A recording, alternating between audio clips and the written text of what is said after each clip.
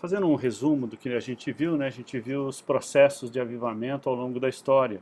E cada um desses processos causaram mudanças de alguma forma e resistência de outras formas, né? Muitas pessoas, por causa desses avivamentos, foram salvas e muitas pessoas morreram por causa desses avivamentos.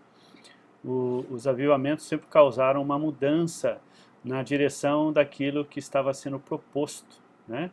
E principalmente uma mudança no caráter de cada uma das pessoas que estavam envolvidas com a fé. E é claro também na forma de ministrar e de pregar. Nós vimos também que a teologia católica romana, ela se especializou em fazer com que nós tivéssemos uma teologia muito carregada, muito cheia de ideias e de situações, enquanto alguns dos avivalistas, na verdade, eles tinham ideias bem simples, bem comuns, né, bem básicas em todos os sistemas, e procuravam, é claro, ministrar essas ideias, fazendo com que as pessoas mudassem as suas opiniões e transformassem as suas vidas nesse sentido. É claro que nem sempre essas ideias causavam o que precisava, e nem sempre o avivalista estava 100% correto. A gente vai ver que existiam muitas dificuldades para isso. Bom, ao longo desses processos, nós também percebemos que haviam algumas calamidades que estavam acontecendo e essas calamidades causavam uma série de problemas, uma série de situações que fazia com que aquela mensagem alcançassem vidas que, na verdade, não seriam alcançadas de outra forma. E é claro que o que nós vamos ver nesse momento, né, que nós vamos estudar agora, que a gente terminou até o século XIV, até 1400, 1500, agora a gente vai começar de 1500 para frente, que aí começa a Reforma Protestante, tá? E é claro que nós vamos trabalhar em cima da Reforma em um primeiro momento e depois vamos desenvolver outras ideias. Hoje, especificamente, é o avivamento que aconteceu com a Reforma. Por quê? A Reforma foi importantíssima, né, no sentido de que a gente tivesse mais liberdade religiosa no mundo. É claro que existia um processo de perseguição, um processo de várias situações, mas ao mesmo tempo o cristianismo conseguiu crescer gigantescamente. Então agora nós vamos começar aqui falando desses avivamentos, e eu quero aqui trazer aos irmãos, né, essa condição. Aí nós vemos aquele mapinha, né, que a gente estava vendo desde o começo, né, a progressão, né. Aqui nesse mapinha faltam algumas coisas, ainda pretendo melhorar esse mapa. Esse mapa ele faz um resumo do que aconteceu. Está faltando aí os nestorianos, né, o nestoriano não, o pessoal que era unicista, que eu não coloquei aí e que depois eu pretendo colocar, né, e vários processos que a gente viu que aconteceu aí.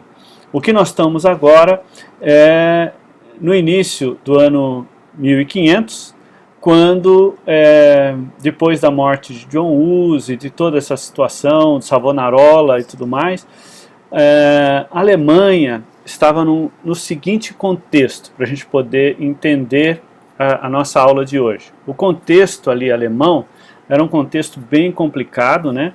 Nós tínhamos vários reinos, vários problemas, várias dificuldades, aquelas guerras entre os diversos papas. Nós tivemos 3 papas, o papado se tornou muito mundano, né? E começaram a se levantar grupos, né? Pessoas que eram contra essas ideias, eram contra essas mudanças que estavam ocorrendo ali, e também eram contra ao mundanismo que estavam ocorrendo. Bom, do ano 1400 para o ano 1500, nós vimos aí que o número de cristãos subiu, né, de o número de habitantes subiu de 400 milhões para 425 milhões. Amém? Então houve um grande crescimento populacional, né, nesses 100 anos, apesar de ser o início aí de ter a peste negra causando alguns problemas e matando bastante pessoas. Nesse período, nós tivemos também uma guerra, né, a conquista de Tamerlão, tá? Que 20 milhões de pessoas na Eurásia foram mortos. Né? A guerra sempre traz essa condição de morte. Né? Então, esse período aí foi complicadíssimo. E aí, na Reforma, a gente vai ter o início aí da Reforma, né, com o Martinho Lutero. A gente vai ver que Martinho Lutero, é o que nós vamos ver agora, né? Martinho Lutero, em 1517, afixa lá as 95 teses, e as bases da Reforma é só a Escritura, só a Escritura, só Cristo, só a graça, só a fé e só lhe deu glória, ou só glórias a Deus, né? Então a gente vai ver que a Reforma tem esses fundamentos, não somente esses, né? John Hus foi morto antes porque o cenário era diferente politicamente. O que acontecia politicamente nesse período aqui de 1500 a 1600, que é basicamente o que nós vamos estudar hoje, talvez a gente consiga chegar até 1700. O que aconteceu nesse cenário político é que existia muita divisão lá na Europa. A gente tinha imperadores e tinha reis locais e tinha pequenas cidades-estados, né, cidades que tinham poder tipo estatal, e muitas cidades decidiam o que queriam, principalmente porque havia uma tentativa de invasão dos turcos otomanos com relação à Europa, né? A Turquia estava tentando invadir o norte da Europa, tentando chegar até a Itália. E aí o imperador era obrigado a cuidar dessa situação e lutar contra esses invasores. Ao mesmo tempo, os pequenos reinos, para poder ajudar o imperador nessa batalha, queriam uma certa liberdade, queriam algumas coisas. E em diversos locais, né, em diversas cidades, criou-se a ideia de que você tinha lá um conselho, e esse conselho decidia o que era melhor, o que era pior nesta cidade. Martinho Lutero começa a sua ministração da Reforma nesse sentido. Tá? Qual era o interesse de Martinho Lutero? O interesse de Martinho Lutero, em primeiro lugar, era político. Tá? Por quê? A ideia dele de fazer com que o Estado alemão não pagasse tanto dinheiro para o papado. A princípio era esse. E em segundo lugar, ele não queria mudar as autoridades, ele queria que a igreja continuasse como estava, que os cristãos, né, fossem vistos como a cristandade, né, que o governo continuasse sendo o poder que cuidava de todas as coisas, inclusive da cristandade. Então a gente vai perceber essa condição, né, o tempo todo aí, da cristandade, né, sendo trabalhada aí nesse sentido. Aí o que vai acontecer a partir desse movimento, né, que vai acontecer? Lutero afixa as 95 teses, que se você for ler, você fica até, fala, poxa vida, Lutero não falou nada demais, ele apenas foi contra as indulgências, a retirar do recurso que estava lá na sua cidade, né, na cidade-estado que ele vivia, e não queria que fosse levado esse recurso embora, principalmente porque isso causava um problema para aquela região. Tá? Então, Martinho Lutero começa esse processo, existe aí uma situação em que ele, ao mudar, né, algumas perspectivas, né, para ele diz que ele reduz os sacramentos a apenas 2 sacramentos e busca pregar que só Jesus Cristo pode salvar, a igreja não salva, né? Só a graça pode salvar, né? Não é uma obra das pessoas. Só a Escritura tem que ser a base da nossa fé, e ele não diz totalmente isso, mas é isso a ideia, né? Só a fé é que pode te conceder a salvação, e só a Deus você deve dar glória, não a nenhuma outra pessoa, nem ao Papa, nem aos bispos, nem a ninguém nesse sentido. Bom, o que vai acontecer é que a Alemanha, né, junto com um príncipe alemão, decidem que Lutero merece ser ouvido e começa um processo de desenvolvimento. Lutero, então, querendo que no seu domínio, né, vamos dizer assim, todas as pessoas pudessem ter acesso às escrituras. Ele então busca traduzir as escrituras para o alemão, e é claro que isso causa, inclusive, uma transformação aí na cultura alemã, que vai trazer para a Alemanha uma unidade, vai causar uma certa unidade na Alemanha, permitindo que a Alemanha se torne uma nação, vamos dizer assim. O processo começa aí. E o processo de fé luterano, o que ele queria? Que os reis, os príncipes daqueles ducados, né, daquelas regiões, inclusive onde ele estava, se transformassem, ou seja, deixassem o papado e aceitassem a fé que ele estava pregando. E o processo foi justamente esse, foi desenvolver isso. Isso ajudou muito a transformação da sociedade de então. Tá? Então, Lutero é o primeiro, ele lança uma teologia bem difícil, bem complicada, muito demorada para ser desenvolvida na mente do povo comum, né? E a intenção de Lutero não é que a pessoa receberia Jesus e teria a fé, e aí então ele faria parte da religião. Não, ele tinha a mesma ideia do catolicismo, da cristandade. Ou seja, todo mundo que nascesse dentro da religião se tornava luterano, no caso aí, né, que ele não, ainda a religião dele não se chamava luterano, mas a base era essa. Todos que nascessem ali em famílias que se tornaram luteranos ou que aceitavam a nova fé, teriam esse desenvolvimento, teriam essa vida. Amém?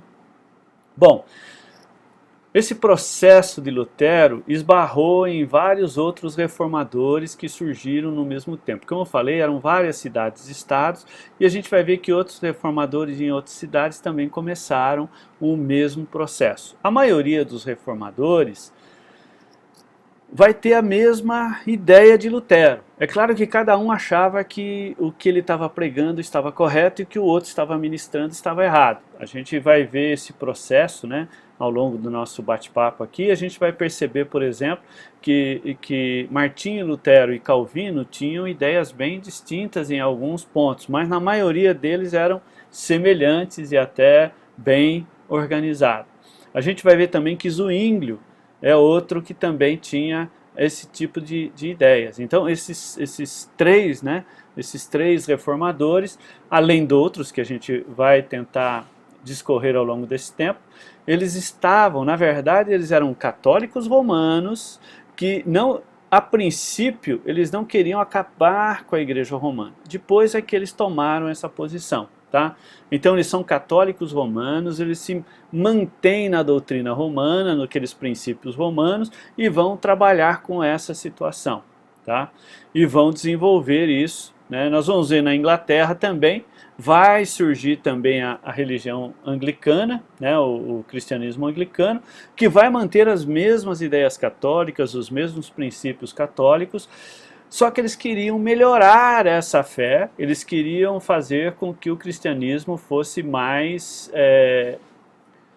como que eu digo assim, mais santo. Eles queriam uma transformação, uma santificação do cristianismo. Então, a intenção fundamental seria essa, um cristianismo que fosse melhor, que fosse mais profundo, que fosse mais desenvolvido.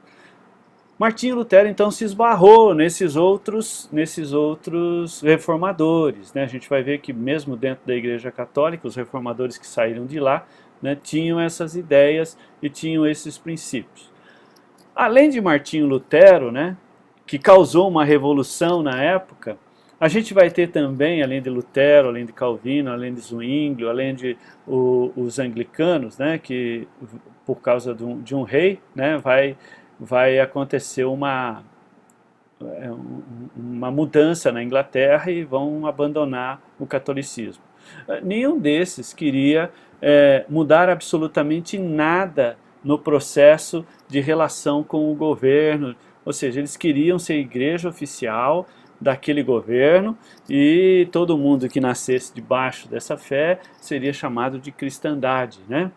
E aí nós vemos um outro grupo, né? Martinho Lutero ele vai desenvolver essas teses, vai ter uma tentativa de acabar com ele, vão separar Martinho Lutero, os seus escritos vão se espalhar por todo o mundo, e as ideias, né, de Martinho Lutero vão alcançar muitas pessoas em todos os locais, e outros grupos que estavam escondidos, na verdade, vamos dizer assim, que eu diria que seriam os anabatistas, que é um outro grupo de reformadores, mas na verdade eu nem diria que era reformadores, como eu já disse em outra oportunidade. A intenção desse grupo, né, os anabatistas, era derrubar toda a estrutura da igreja e iniciar do zero lá no Novo Testamento. Tá? E eles não queriam uma ligação entre o Estado e a igreja. O Estado trabalharia para manter a ordem, a paz, o governo, e os cristãos, na verdade, eles apenas buscariam a fé e se tornariam um só. Bom, o primeiro grupo que a gente vai ver desses cristãos, nós já vimos que Martinho Lutero causou essa revolução, tá? Então, o que vai acontecer a partir dessa situação? Vai surgir aí os anabatistas. Em 1519, o Caspar começa o processo anabatista. Caspar Schwenkfields, o que ele vai trazer? A ideia de Caspar era diferente da ideia de Lutero. Qual era o desejo dele? Que o governo cuidasse do governo e que os religiosos cuidassem da fé. Então não haveria uma integração entre essas duas coisas. Para isso, o cristianismo teria que deixar de ser a cristandade. O cristianismo seria uma religião dentro do império, protegida pelo império, é claro, né? Protegida por todos, mas os cristãos, eles não seriam, ou seja, não era o nascimento e o batismo infantil que causavam um cristão. A ideia básica aqui era outra, né? Era pela fé que a pessoa seria batizada, então não poderia batizar crianças. Então as crianças só teriam condições de ser cristãs de verdade quando elas tomassem a decisão que queriam ser batizadas, e aí as coisas prosseguiriam. Qual é o grande problema entre o Caspar aqui, né, e o Martinho Lutero? Martinho Lutero interessava fazer parte do poder e receber o poder. No caso do Caspar e dos outros anabatistas, a ideia não era ter poder, né, mas se reunirem em torno de uma fé e se tornarem uma comunidade que um ajudasse o outro. Então, a princípio, né, essa força, né, de reformador, eles não queriam manter absolutamente nada do cristianismo que a gente via. O que eles queriam era simplesmente que o cristianismo fosse diferente do que era. Então eles não aceitavam o cristianismo, ou seja, um poder papal que intervisse, ou um poder cristão que intervisse no governo. Aliás, as ideias eram que nenhum poderia participar do governo, né? porque as pessoas deveriam produzir os seus bens e dividir entre si e fazer as coisas dessa forma. Os anabatistas foram perseguidos por Martinho Lutero, foram queimados vivos, muitos deles, muitos foram afogados, dependendo da região, e muitos, né, foram perseguidos. Eles então fugiam de uma cidade para outra para evitar serem destruídos. Mas a princípio, quando Martinho Lutero começou com a sua pregação, eles acharam que seriam bem recebidos. O que eu quero afirmar aqui, né, é que esses anabatistas, eles são os descendentes lá dos anabatistas anteriores. As ideias são basicamente a mesma, tá? Não mudaram as ideias. Quero também dizer que esses anabatistas não eram pessoas pobres, simples, não. Todos eles eram homens de muitos recursos financeiros e a maioria deles saiu da Igreja Católica, mas quebraram todas as ideias, porque na verdade eles entraram em contato com os anabatistas e se tornaram anabatistas e, é claro, estavam aí desenvolvendo essa natureza. Bom, o Caspar, ele era espiritualista, tá? Ele pregava a necessidade de uma orientação direta do Espírito Santo, tá? O Caspar deu origem aos Amishes, né, que a gente tem hoje. Tá? Se você for para o sul do país, também tem um pessoal que é Amish, e lá, principalmente nos Estados Unidos. Por que principalmente nos Estados Unidos? Porque a Europa passou a persegui-los com muita violência, e eles então fugiram para os Estados Unidos, e lá eles fizeram seu território. Eu visitei inclusive um grupo Amish, e é interessante, eles vivem em comunidade, todos os bens são divididos entre eles, e eles não gostam de modernidade. No campo eles até usam, mas na sua vida pessoal, roupas simples, não muito coloridas, e essa é a situação. Como eles eram bastante espiritualistas, né, apesar disso, eles eram pessoas bem conhecedoras, e tinham nos seus grupos, né, pessoas que tinham se formado nas universidades, eram bacharéis. Nós vamos ver que alguns dos anabatistas eram doutores, eram mestres, davam aulas nas universidades e desenvolviam a sua teologia, né, na verdade, apesar de diferir entre um e outro, era mais ou menos semelhante nos pontos básicos principais. Bom, o que eu vou dizer agora pode ser até um pouco difícil, né? Depois eu vou até passar um estudo que foi feito por um brasileiro, né, na universidade, onde ele procura mostrar, né, os grupos que se formaram em cima dos anabatistas. E os batistas são um desses grupos. Eu acredito que é claro que os batistas acabaram abandonando muitas ideias anabatistas, mas as ideias principais dos anabatistas estão dentro da visão batista que nós temos hoje. O que acontece com esses grupos é que muitas pessoas se convertiam, mas muitas pessoas eram mortas agora, né, não só pelos católicos, mas também pelos protestantes que não aceitavam as ideias, principalmente por causa de três ideias principais, tá? A primeira ideia que eles era diferente dos reformadores era que acabar com o batismo infantil. Então a pessoa só podia ser batizada quando ela cria, ou seja, então a criança não pode crer, não precisa ser batizada. A segunda ideia era viver em comunidade igual no Novo Testamento, ou seja, todos os bens eram em comum, tá? E com isso, com essas duas coisas, eles quebravam a ideia de cristandade, onde você tem lá um imperador que é cristão e aí ele age conforme as ideias e vai fazer. Não, eles quebram esse princípio, eles pregam que a autoridade é uma coisa, né, e o cristianismo é outra. tá? Não que não pudesse ter alguém lá, né, que estivesse trabalhando nessa situação, mas a base seria isso, viveria pela fé. Inclusive eles não pegavam em armas, que é uma coisa que hoje os batistas fazem, né? Eles vão para o exército, servem o exército, defendem o país, fazem tudo, tá? E a gente vai entender isso também ao longo do tempo, por que os batistas fazem isso e os anabatistas não faziam isso antes.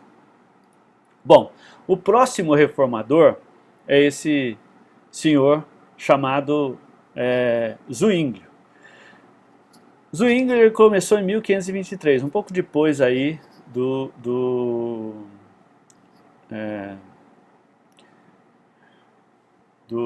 Lutero.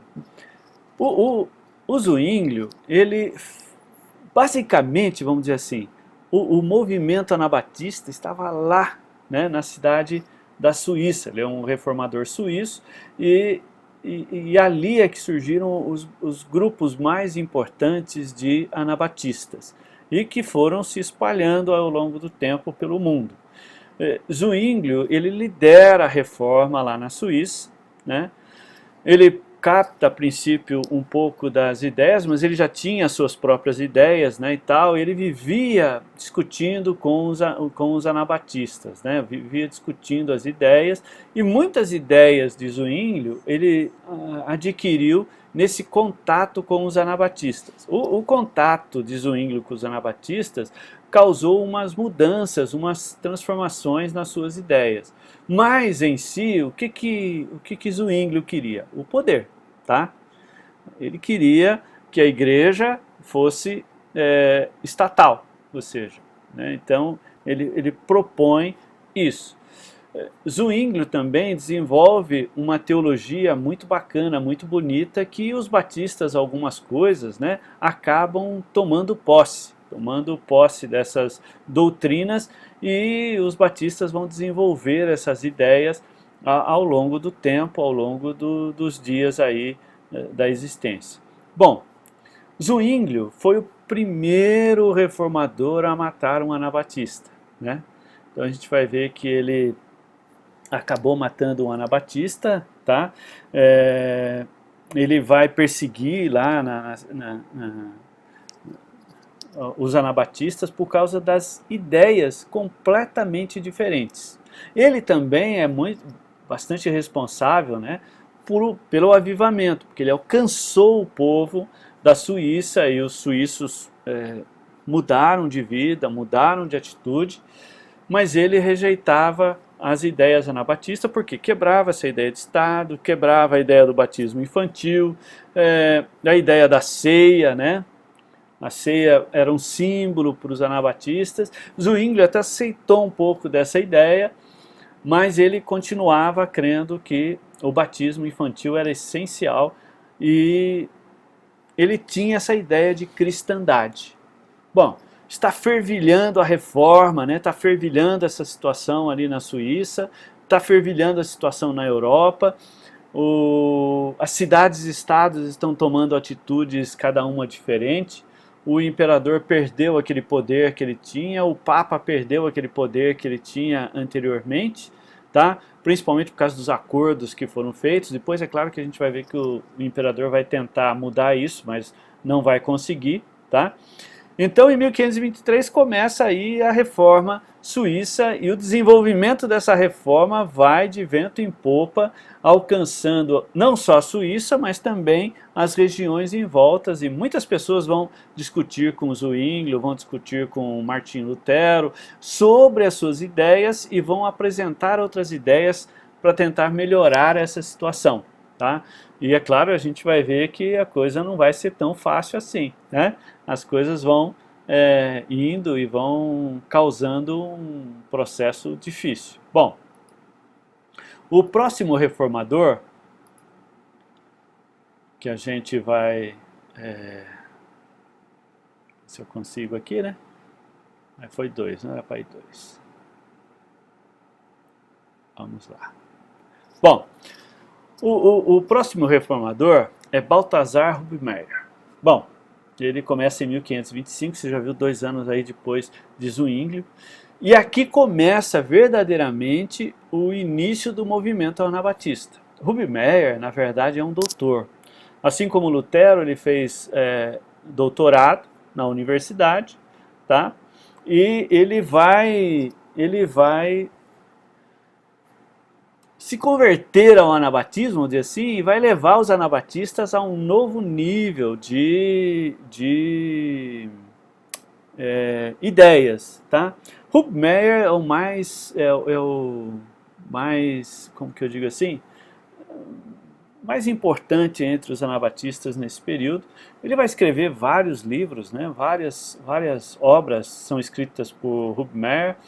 É, o, o, o, o Baltazar ele tem que fugir de uma região para outra, ele tem que escapar de todos, né? Porque a ideia anabatista é a mesma, contra o batismo infantil, a ideia é contra também a, como que eu vou dizer para você, é contra a cristandade, né? Ou seja, o cristão é aquele que aceita ser cristão e não aquele que nasce cristão. A salvação é pela fé, né? E não pelas obras, e viver em comunidade, ou seja, né? Viver com os seus bens. Então, nós vamos ver aí essa situação, né, da reforma na Europa, ela vai alcançar grupos cristãos católicos e grupos não católicos que já existiam e que acabaram entrando nesse movimento. Muitos dizem que não tem muita ligação entre esses novos anabatistas e os antigos anabatistas. Mas veja bem, no caso aqui do Gaspar, não, Baltazar Rubem Meyer, ele era um doutor, ele conhecia todas as acusações feitas aos anabatistas, ele sabia que os anabatistas tinham sido perseguidos e por que eles tinham perseguido, que a base dos anabatistas até há pouco tempo atrás, né, os fundamentos dos anabatistas era esse, e muitos dizem que os anabatistas aqui não tem nada a ver com os outros, mas na minha opinião, os princípios que eles estão pregando são semelhantes, são parecidos, e no caso do Baltazar Rubem Meyer, ele é um pastor, um pregador muito bom. Ele deixou a universidade, ele foi lá discutir com o Zwinglio e depois ele descobriu que as ideias dele eram diferentes das de Zwinglio e ele então começou a ministrar essa situação. Aí ele foi perseguido, fugiu e ali na região da Morávia, né, ele foi um pregador e conseguiu criar 80 igrejas naquela época, na região ali dos Países Baixos, né? Então, muitas igrejas anabatistas surgiram por causa de Rubem Meyer, ele era um pregador muito convincente, ele falava com muita propriedade, e as pessoas iam se convertendo, e iam se fazendo essa transformação, não só quem vinha do catolicismo tinha que ser batizado, quem vinha dos reformados tinha que ser batizado, porque foi batizado na infância, não aceitou Jesus no meio do caminho, e o batismo para ele não tinha valor. Então qualquer um que quisesse ser cristão de verdade, tinha que decidir e ser batizado. Aquele batismo infantil não valeu, foi só um banho que o pai e a mãe decidiu dar e que não se revestia de uma transformação de vida. E para o anabatista precisava ter uma transformação de vida. Ele também queria reformar o mundo. Os anabatistas eram assim, onde eles moravam, na região que eles moravam, o que eles faziam? Ajudavam as pessoas. Ajudavam as pessoas. Então, eles dividiam os bens entre eles e se alguém tinha necessidade, eles ajudavam, né? E eles faziam, Rubem Meyer é um exemplo de um anabatista assim, fantástico, né? Porque ele foi quem lançou aí muitos princípios importantes do movimento anabatista.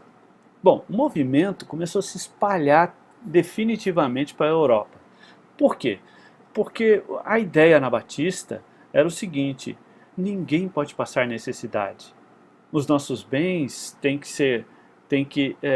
ninguém pode dizer que tudo é seu, tudo é nosso. Então as pessoas ganhavam e aquilo era dividido. Outra ministração que os anabatistas tinham e que afrontavam os reformadores, os católicos, era o seguinte: quem tinha que sustentar o pastor da igreja era a própria igreja.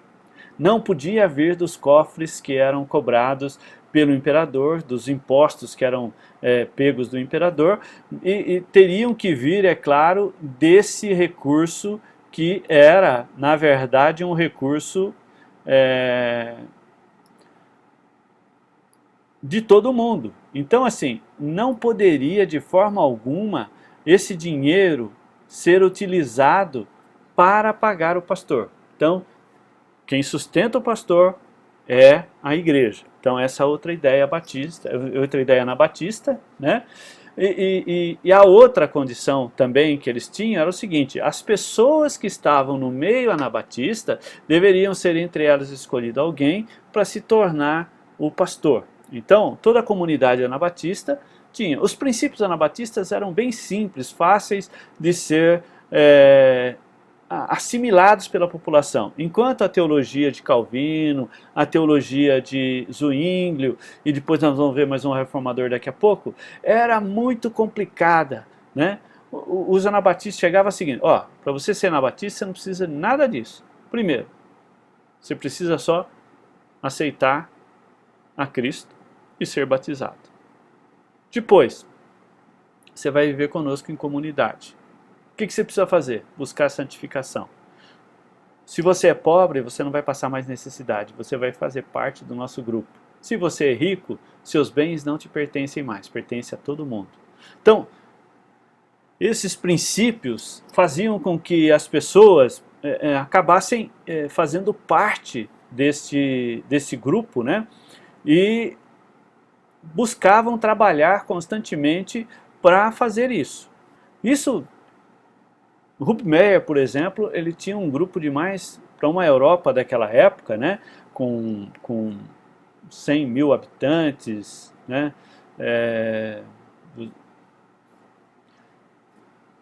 na região que ele estava lá, tinha 30 mil anabatistas.